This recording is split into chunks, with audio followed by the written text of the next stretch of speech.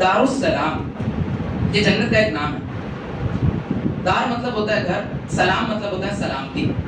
دار السلام یعنی کہ سلامتی والا گھر. بھائی ہم لوگ کے لیے سلامتی والا گھر کون سا ہے؟ جنت ہے، سلامتی ہے. اللہ تعالیٰ بھی سلام ہے، دار السلام.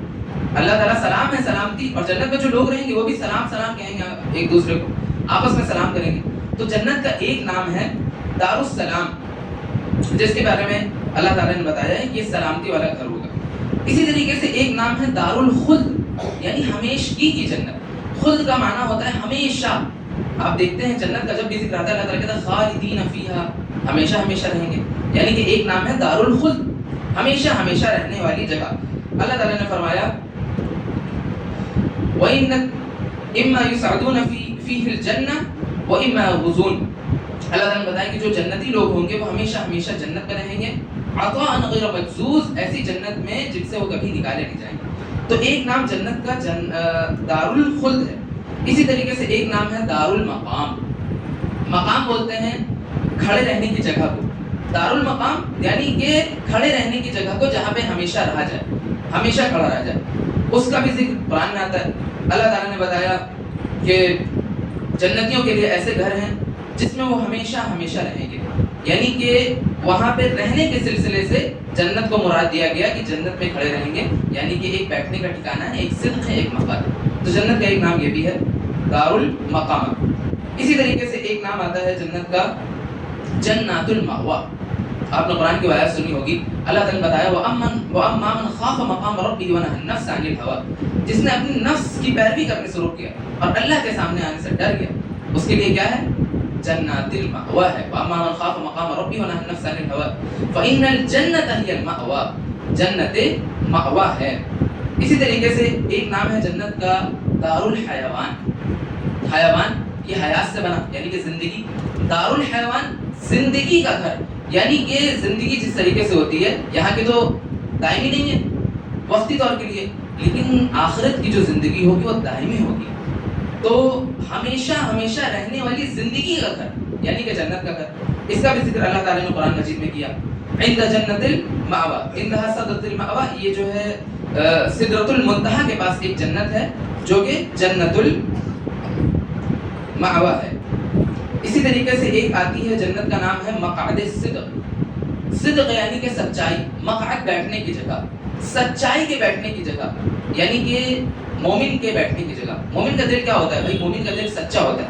تو سچائی کے بیٹھنے کی جگہ یعنی کہ مومن کے بیٹھنے کی جگہ. اللہ تعالیٰ نے فرمایا اس جنت کے تعلق سے فرمایا کہ جنتی لوگ جو ہوں گے وہ مقعد صدق میں ہوں گے عند ملیک مقتدر، جو اپنے رب کے پاس ہو. یعنی کہ قدرت و قوت والے بادشاہ کے پاس وہ بیٹھے ہوں گے اور مقعد صدق میں ہوں گے. اسی طریقے سے ایک جنت کا نام ہے جنت الفردوس، جو کہ سب سے اعلیٰ جنت ہے، سب سے اعلیٰ. اللہ تعالیٰ نے بتایا ان المتقین ان الذین آمنوا وعملوا الصالحات كانت لهم جنات الفردوس نزلا. جو لوگ نیک اعمال کریں گے اور ایمان لائیں گے وہ لوگ جنات فردوس میں رہیں گے اور وہ اس سے بور نہیں ہوں گے، وہاں ہمیشہ ہمیشہ رہیں گے. تبھی اللہ کے نبی صلی اللہ علیہ وسلم نے کہا تھا کہ تم جب بھی اللہ تعالیٰ سے مانگو جنت الفردوس مانگو، سب سے بڑی جنت مانگو، چھوٹی موٹی جنت نہیں مانگو. اذا سألتموه الجنہ فاسألوه الفردوس. جب بھی جنت مانگو جنت فردوس مانگو. اسی طریقے سے جنت کا ایک نام آتا ہے فی مقام امین، یعنی کہ امن و امان والی جگہ. امن و امان والی جگہ کون سی ہوگی بھائی؟ دنیا میں تو امن و امان نہیں ہے نا. امن و امان آخرت میں ہوگا، جنت میں ہوگا امن و امان. اسی طریقے سے جنت کا ایک نام آتا ہے. اب اسی طریقے سے یہ 10 نام تھے جو جنت کے نام ہیں. اللہ تعالیٰ نے کچھ صفات کر کے جنت کے نام بتائے.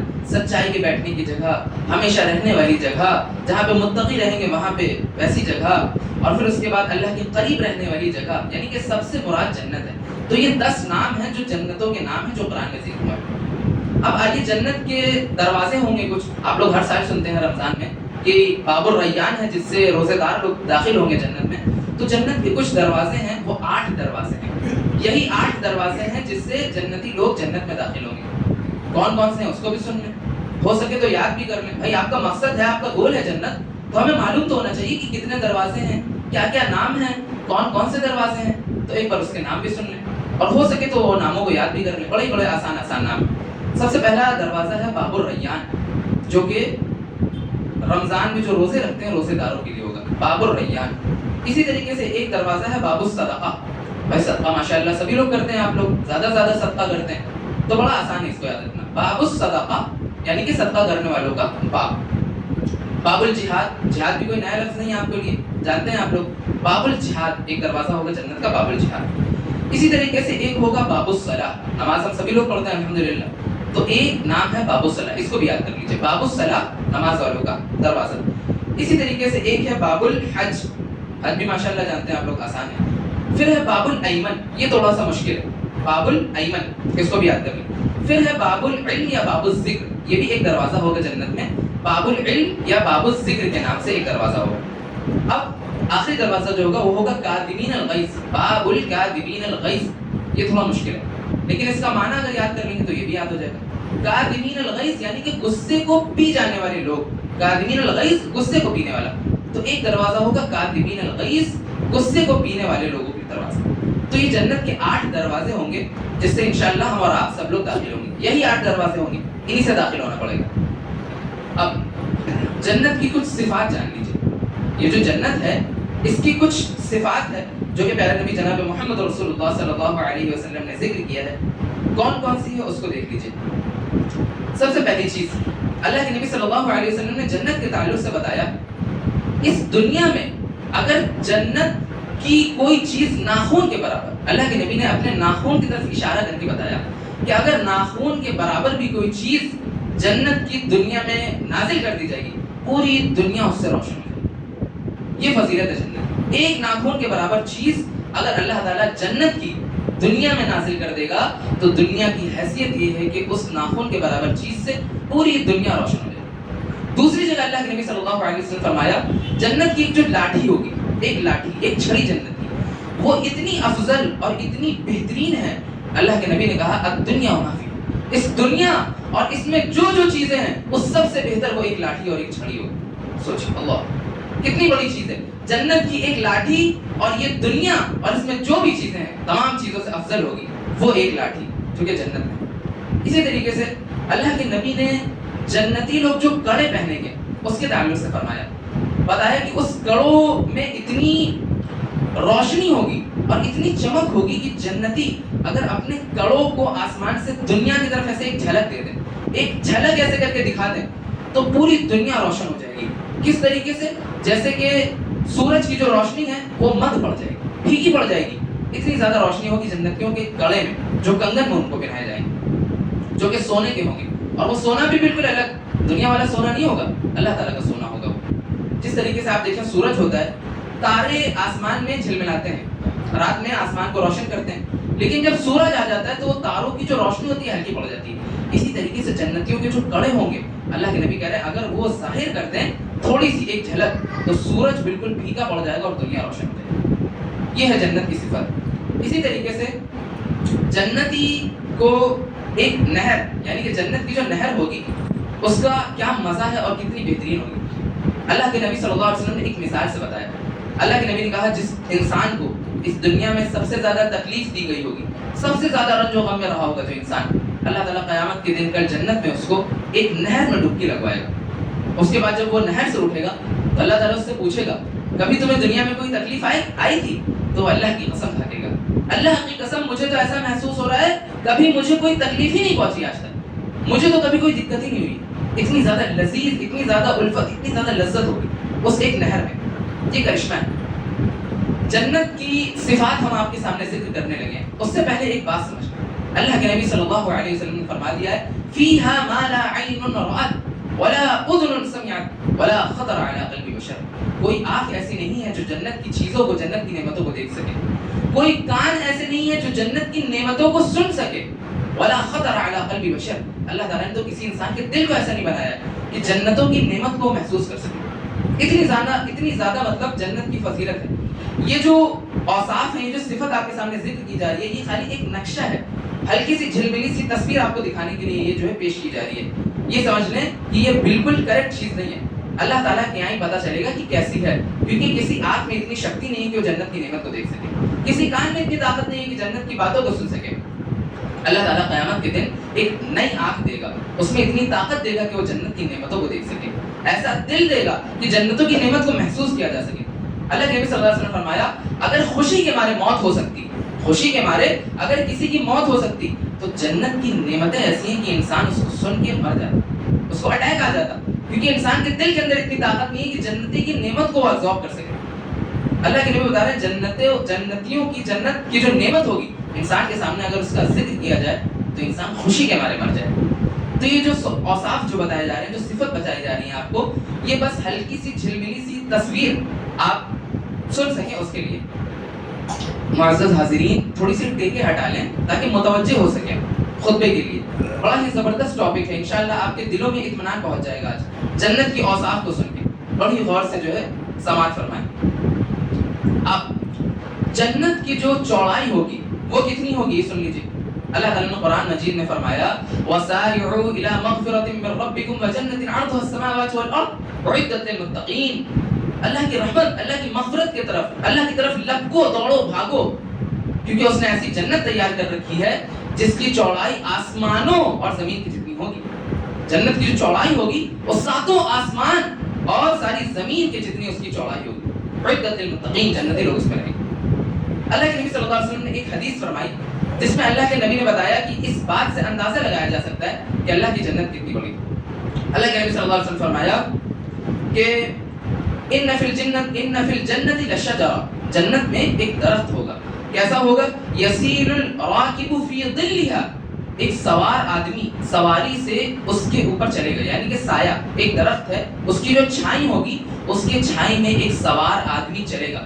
کب تک یہ چلتا رہے گا؟ 100 عام، 100 سال تک یہ چلتا رہے گا. اس کے بعد بھی وہ جو ہے پرچھائی کو پورا نہیں کر پائے گا. سوچیے کتنا بڑا خالی جنت میں ایک درخت ہے، اس کا جو سایہ ہے وہ اتنا زیادہ ہے کہ اللہ کے نبی کہہ رہے ہیں یسیر الراکب فی ظلھا، ایک سوار آدمی جنت کے اس سائے میں، اس درخت کے سائے میں چلے گا تو اس کی مسافت اتنی ہے کہ اس کو طے کرنے میں 100 سال لگ جائیں گے، لیکن پھر بھی وہ سائے کو نہیں پار کر پائے گا. اتنی زیادہ اللہ تعالیٰ نے جنت بڑی بنا کے رکھی ہے. اللہ کے نبی صلی اللہ علیہ وسلم فرماتے ہیں میں اچھے سے اس انسان کو جانتا ہوں، میں بہت بہترین طریقے سے اس شخص کو جانتا ہوں جو سب سے آخری میں جنت میں داخل کیا جائے گا، سب سے آخری میں جنت میں داخل کیا جائے گا. اور اہل الجنتی منزلتن ادنا، وہ سب سے کم درجے والا جنتی ہوگا. کیسا ہوگا اس کو سن لیجیے. اللہ تعالیٰ اس کے سارے گناہوں کو جلا دینے کے بعد جب وہ جہنم سے نکال دے گا اللہ تعالیٰ، پھر اس کے بعد اللہ تعالیٰ اس کو ایک سائے میں رکھے گا، ایک میدان میں. پھر اس کے بعد اللہ تعالیٰ سے کہے گا اے اللہ فلاں درخت کی چھائیں بہت زیادہ ہے، تو مجھے وہاں پہ بھیج دے. اللہ تعالیٰ کہے گا چلو ٹھیک ہے. اللہ تعالیٰ اس کو اس درخت کی چھائے میں پہنچا دے گا. پھر اس کے بعد اللہ تعالیٰ سے کہے گا یا اللہ اس درخت کی چھایا جو ہے وہ تو اور زیادہ ہے، اے اللہ تو وہاں مجھے پہنچا دے. اللہ تعالیٰ کہے گا یہ کیا اے میرے بندے، یہ کیا تو میرے ساتھ مذاق کر رہا ہے؟ ابھی تو نے بولا تھا یہاں پہ تو رک جائے گا، اب کہہ رہا ہے وہاں جانا چاہتا ہوں. کیا کہ اللہ تعالیٰ پلیز بس وہاں پہ پہنچا دے، اس کے بعد کوئی خواہش نہیں رہے گی. جب اللہ تعالیٰ اس کو اس درخت کے پاس پہنچا دے گا جس کا بہت زیادہ سایہ ہوگا، پھر اس کے بعد وہ کہے گا اے اللہ کے نبی اچھا اس درخت تک پہنچا دے، اے اللہ تعالیٰ اس درخت تک پہنچا دے، اس کا سایہ تو اور زیادہ ہے. پھر اللہ تعالیٰ اس کو وہاں تک پہنچا دے گا. اب جب وہ اس درخت کے پاس پہنچ جائے گا پھر وہ اللہ تعالیٰ سے کہے گا اے اللہ اب تو یہاں سے جنت دکھتی، تو مجھے جنت میں داخل کر دے. اللہ تعالیٰ پھر اس کے بعد کہے گا ادخلوا الجنہ، اذهب ادخلوا الجنہ، جاؤ جنت میں داخل ہو جاؤ، جاؤ جنت میں داخل ہو جاؤ. اس کے بعد وہ جنت میں جب داخل ہو جائے گا تو پھر اس کے بعد اس کو اللہ تعالیٰ اس کے ذہن میں، اس کے من میں ایسا خیال پیدا کرے گا کہ اس کو جنت بھری ہوئی لگے گی.